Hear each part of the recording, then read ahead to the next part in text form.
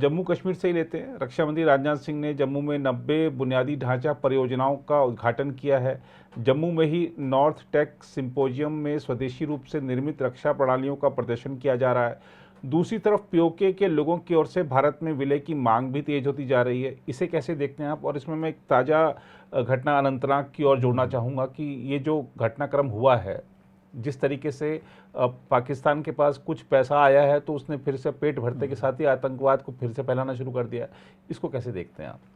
ये देखिए, ये जो हम जो इंफ्रास्ट्रक्चर की बात कर रहे थे, ये तो काफ़ी पहले से मांग उठ रही है, आज से नहीं, मतलब सदियों से जी। और हम इसका खामियाजा भी हमें भुगतना पड़ा है जी।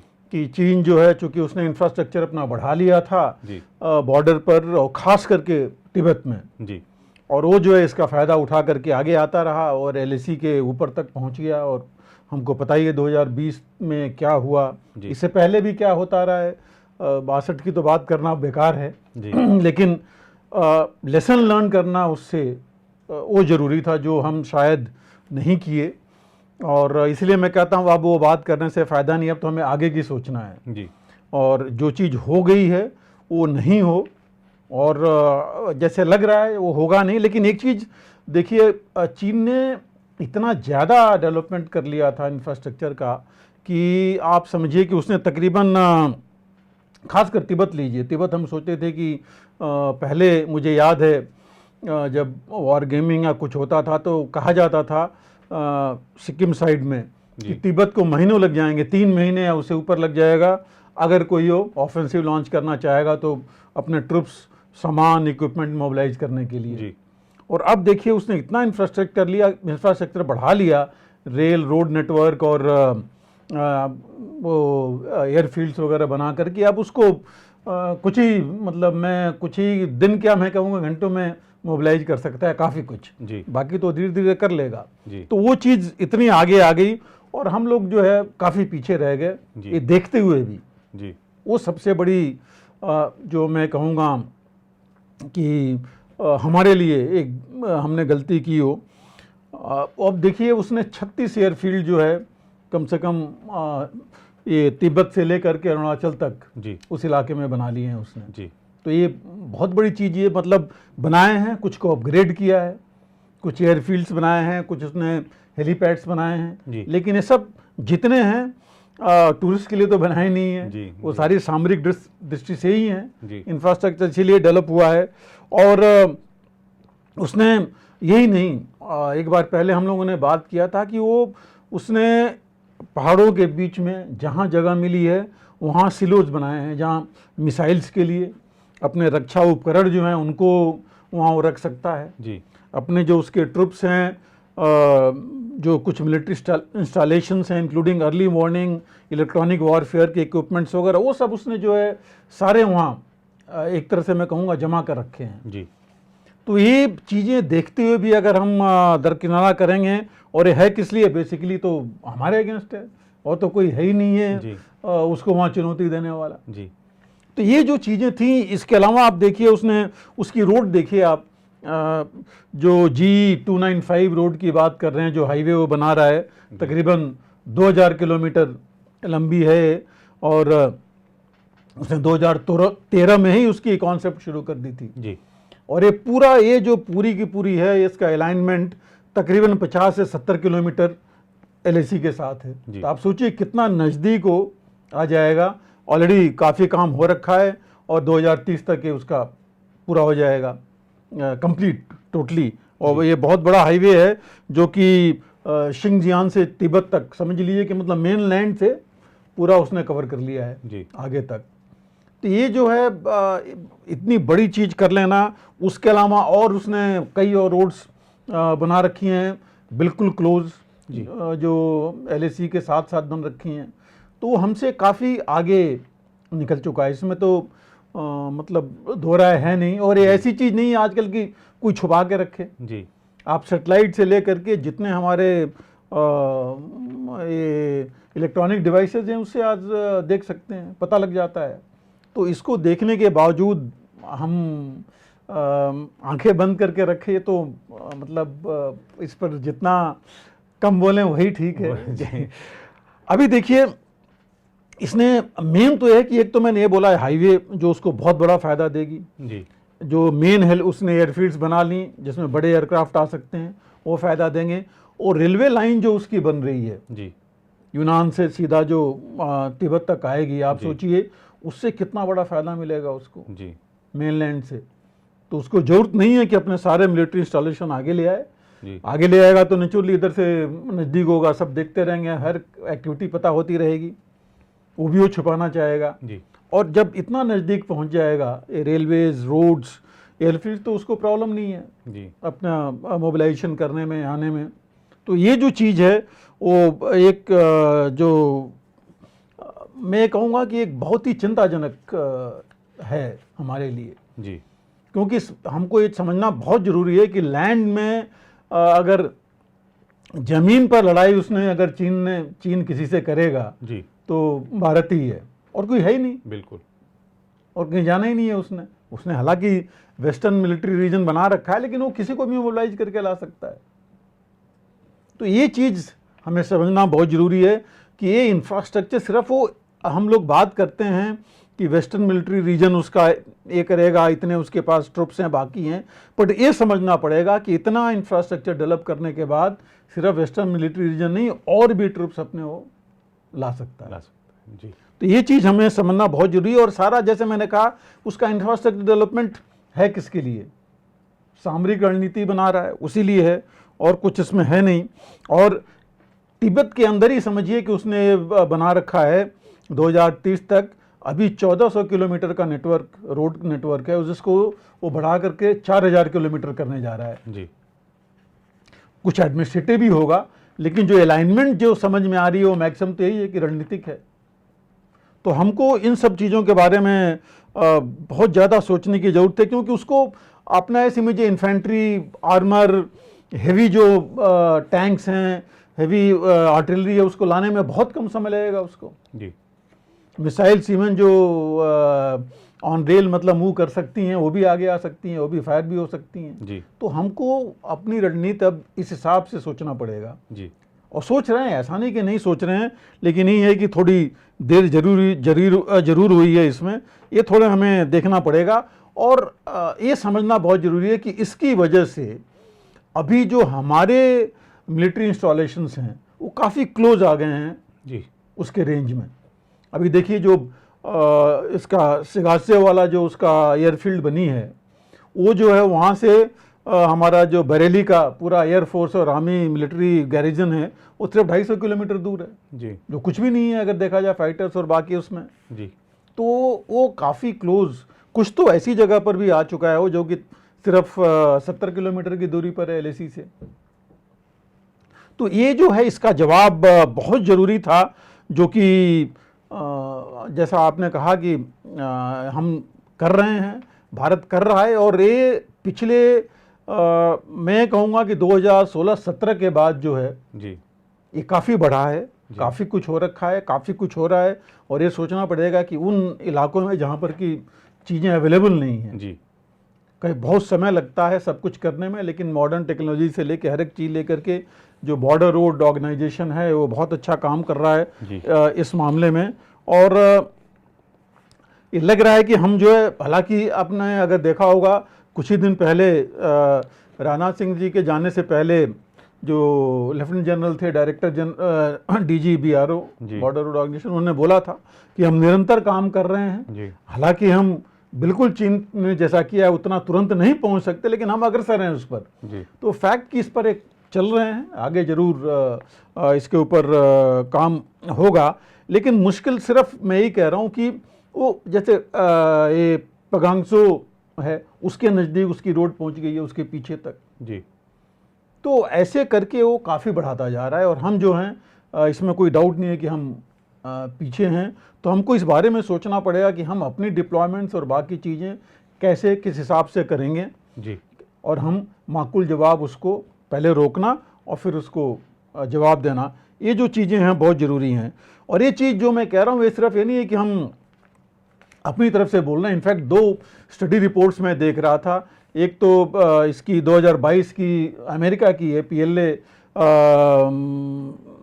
PLA कॉन्फ्रेंस एक होती है जो कि पेंटागन खुद ही उसको ऑर्गेनाइज करता है, उसमें उन्होंने यही चीज़ बताई है। और एक चेथम करके है UK का थिंक टैंक, उन्होंने भी ये चीज़ बताई है कि इसका मुकाबला करना बहुत ज़रूरी है और हमारे जो हैं उसकी तरफ से तो खैर है ही है।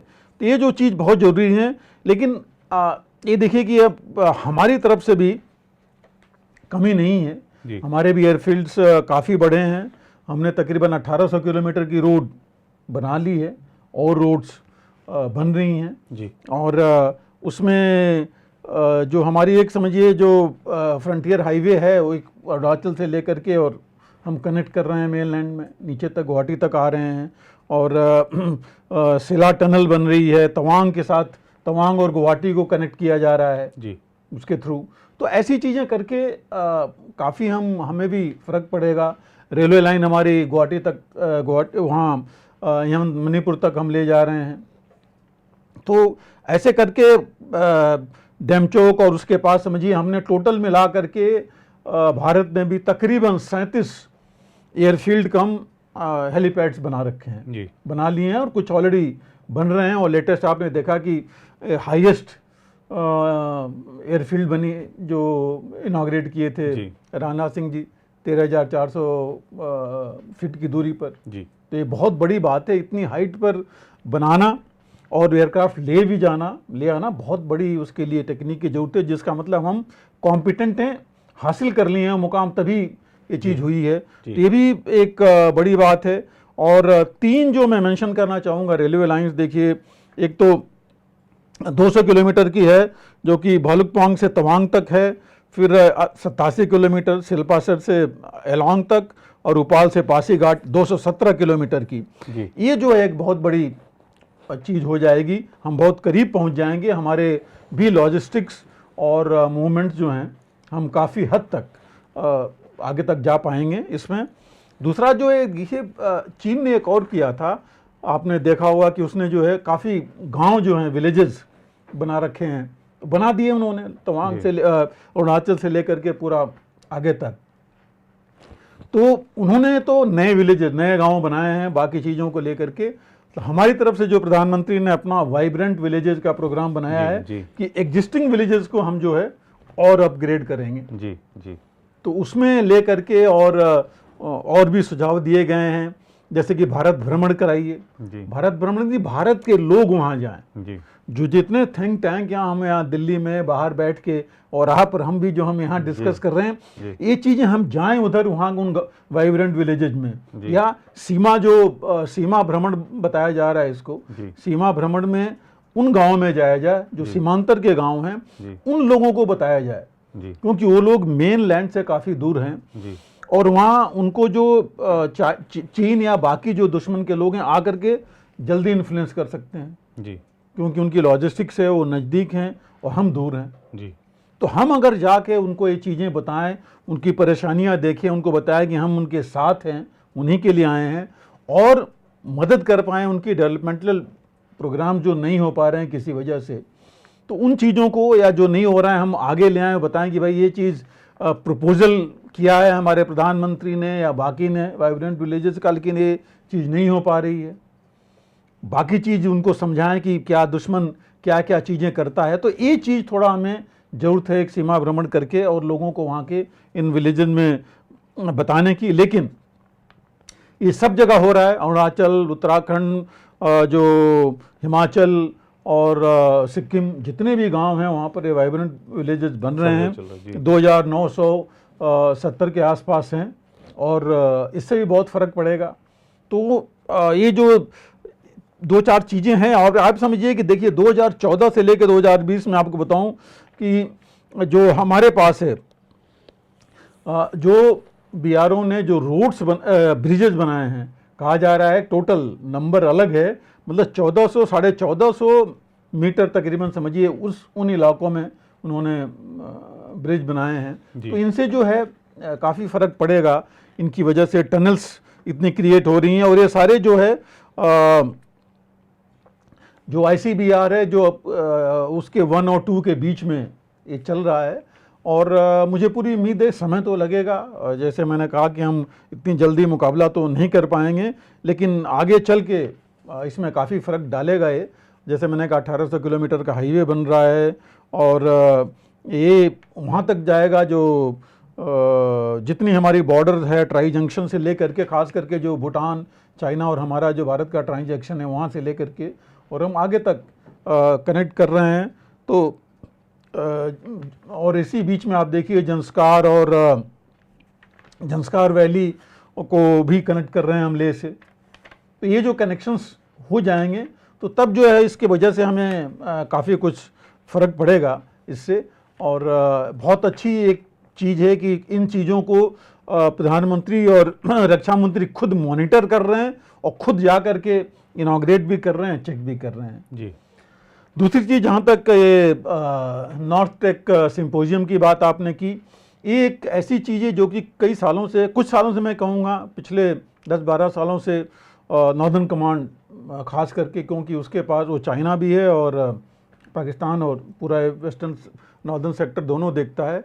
तो वहाँ पर जब ये कमी आई हमारे पास कि DRDO या बाकी हमारे ओन जो ऑर्डिनेंस फैक्ट्री से सामान नहीं आ पा रहा था जो चाहिए था, और जब गवर्नमेंट ने दे दिया था आर्मी को कि ठीक है इतना है एक्सपेंडिचर, आप अब खरीद सकते हैं जो ज़रूरत, इमीडिएट ज़रूरत की चीज़ें हैं, तब ये सिंपोजियम शुरू हुआ था। खास करके जो हमारे देश की कंपनीज़ हैं जी, उनको मौका देने का, वहाँ आएँ और आ करके अपने जो मिलिट्री रिलेटेड इंक्लूडिंग मतलब लॉजिस्टिक से लेके हर एक तरह का, चाहे वो वेपन प्लेटफॉर्म से लेके हर एक चीज़ ले आएँ।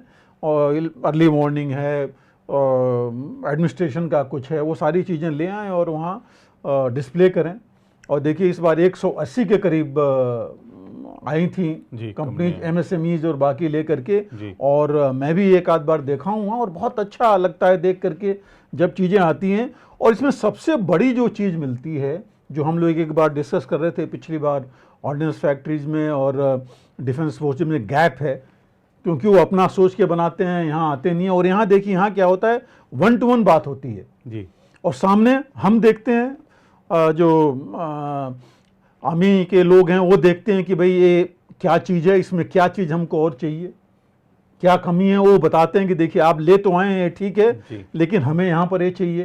क्योंकि देखिए सेम सिस्टम जो है -50 डिग्रीज अगर वहाँ है, 40 डिग्रीज वहाँ भी, और उसी सिस्टम को लेके अगर हम राजस्थान जाएँ जहाँ +40 है, वहाँ काम करेगा कि नहीं करेगा? जी बिल्कुल। एक ये भी चीज़ है, उसका मेंटेनेंस कैसे होगा?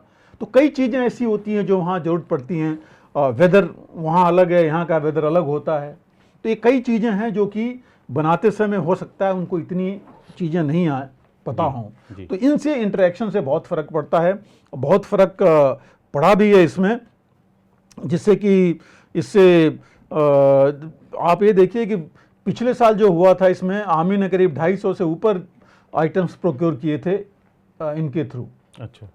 और अब और बढ़ेगा जी। तो ऐसे करके हो रहा है कि मतलब चीज़ें यहीं मेड इंडिया, आत्मनिर्भर हो रहे हैं आप। पहली चीज़ तो टेक्नोलॉजी बढ़ा रहे हैं, 2 दिमाग मिल रहे हैं, यूज़र्स भी जो कि जिनको चाहिए और जो वहाँ पर हैं और जो बना रहे हैं।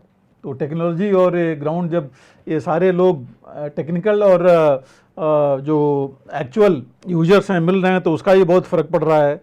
तो इस वजह से काफ़ी ज़्यादा, और इस बार देखिए इस बार जो ऑर्गेनाइज हुआ था वो सिर्फ आर्मी ने अकेले ने नहीं किया था जी, इसमें आर्मी भी थी, ये आपकी जो इंडियन डिफेंस मैन्युफैक्चरर्स एसोसिएशन है वो, और IIT जम्मू जी, तीनों लोगों ने मिल के किया था। तो नेचुरली जब मिल के करते हैं तो उसमें और फ़र्क पड़ता है। तो बहुत फ़र्क पड़ा था, और इसका इन्होंने नाम भी देखिए दिया था कि आत्मनिर्भर भारत तकनीकी नवीनीकरण के द्वारा उत्तरी कमान सैन्य अभियान चुनौतियों का निवारण। जी, मतलब हमारी जितनी सैन्य चुनौतियां हैं इक्विपमेंट वाइज, बाकी वाइज, जिसको हम यही निवारण करें जी, अपने आत्मनिर्भर तरीके से, बजाय बाहर से इंपोर्ट करके। जी। तो ये एक बहुत अच्छी चीज़ है जिसमें आप देखिए सर्विलेंस की चीज़ें, टैक्टिकल मोबिलिटी की चीज़ें की अगर चाहिए, उसमें फायर पावर, सोल्जर्स की प्रोटेक्शन की, अपने प्रोटेक्शन के लिए जो चीज़ें चाहिए वो डिस्प्ले पर आई, और वहाँ उन्होंने देखा कि कहाँ पर क्या ज़रूरत है, प्रोटेक्शन की, हीट से प्रोटेक्शन है, कोल्ड से प्रोटेक्शन है, बुलेट से है, स्प्लिंटर से है, सिर के लिए, पैर के, हर एक का मतलब स्नो बूट से स्नो कंडीशंस में अगर जा रहे हैं तो वहाँ क्या प्रोटेक्शन चाहिए। तो ऐसी चीज़ें करके बहुत फ़र्क पड़ा। आप देखिए पहले इतनी मोटी हेवी कोट वगैरह लेके लोग जाते थे, उससे भी फ़र्क नहीं पड़ता था, और अब इतने लाइटर और बाकी चीज़ें बनने लगी हैं जिससे फ़र्क पड़ रहा है। सिमुलेटर्स हैं, ट्रेनिंग एड्स हैं, तो ये सब जो चीज़ें हैं उससे बहुत फ़र्क पड़ा है। बहुत अच्छी पहल है दोनों चीज़ों में, इंफ्रास्ट्रक्चर में और इसमें, और इसका फ़ायदा हम देखेंगे, देश देखेगा, दुनिया देखेगी, दुश्मन तो देख ही रहा है। दुश्मन तो देख ही रहा है जी। बिल्कुल सर। अगर आप भी लेना चाहते हैं देश दुनिया की तमाम जानकारी तो आज ही सब्सक्राइब करें हमारे चैनल को। साथ ही नीचे दिए बेल आइकन को जरूर दबाएं ताकि हर अपडेट आप तक पहुंच सके।